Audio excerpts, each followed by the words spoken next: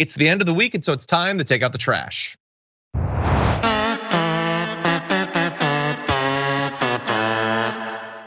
For my garbage person, I have chosen Representative Sean Patrick Maloney, who just lost his reelection bid in New York. It was a shocking upset. He's out, not only because he lost in New York, but he was leader of the House Democrats' campaign arm.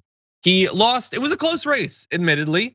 He only lost by about 3,000 votes right now, about 1 percentage point. That's not why he's the garbage person, though, to be clear. He wasn't the only person in the Democratic Party in New York who did poorly. A number did, and one could say that him being a part of the Democratic leadership means that he bears some responsibility for that.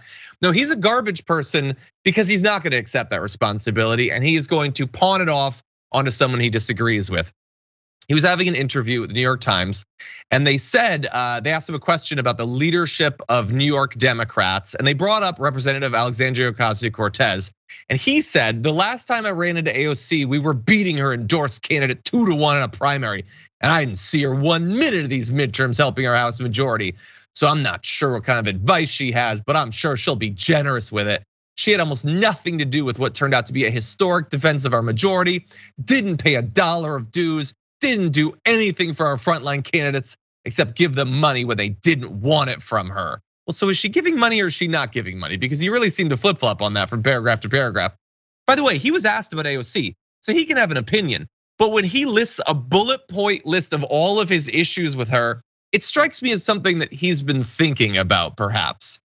Well, really fast, she responded to that because you'll be surprised to find out she doesn't think that that's an accurate reflection of what she did in these midterms. She says the SPM, Sean Patrick Maloney, courted me for donations to swing races, and it was the first thing I did this term. Over $250,000 for Dems this cycle.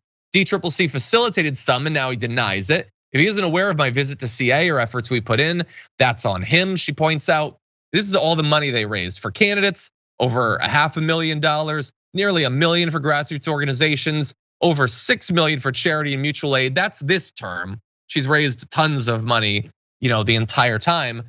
There is an issue with the Democratic Party generally, but especially in New York.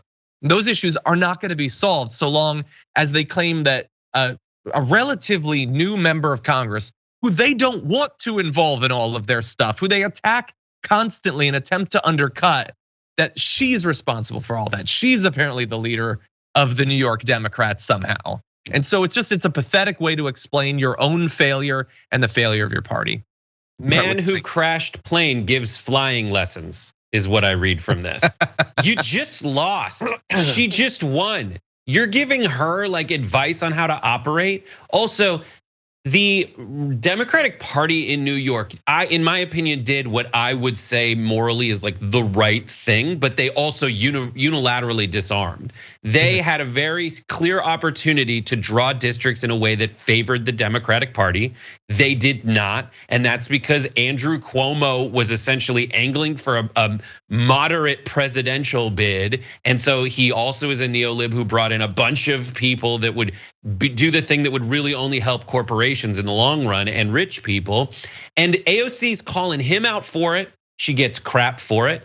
They lost. They're the tacticians who are guilty of malpractice and cost seats in the House and potentially cost the House overall. They are making the mistakes, and she's calling them out for it. And also, the reason that she might be reticent to contribute to the DCCC is the DCCC on one hand says, listen, don't go against our primary candidates.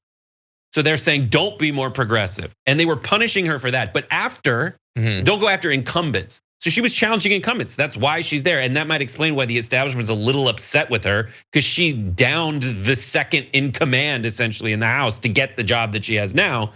But also, like, she's better at this than them. Yeah, right now. That bothers me. And they're angry about it. And once she created new incumbents, they went against their original guidance and started endorsing people against incumbents to get them more corporate. So it's explainable that she might be a little reticent to play ball with these guys who just lost a bunch of games, and she's now like the ace pitcher. Yeah. Yeah, and as if you go on her Twitter, she lists a number of other things that her and her campaign did during the midterms to help out. So either he doesn't know that, which would be weird for a guy in charge of the Democratic efforts to maintain their House majority, or he's lying about it, honestly.